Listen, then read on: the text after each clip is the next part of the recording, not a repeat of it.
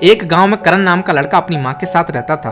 उसकी माँ की एक आंख नहीं थी, जिसकी वजह से वह बहुत बदसूरत दिखती थी। जब करण छोटा था तब वो अपनी माँ को बहुत प्यार करता था, लेकिन जैसे जैसे वो बड़ा होते गया वो अपनी माँ से नफरत करने लगा। कहता था कि माँ आप बहुत बदसूरत दिखती हो। उनके साथ बाहर तक नहीं निकलता था, घूमने नहीं जाता था। उसको बहुत चिढ़ होने लगी थी। एक बार उसकी शादी हो जाती है और बीबी भी उसकी माँ के खिलाफ हो जाती है, तो दोनों मिलकर उसको घर से बाहर निकाल देते हैं। वो बूढ़ी माँ बाहर बहुत मुश्किलों से रह रही थी।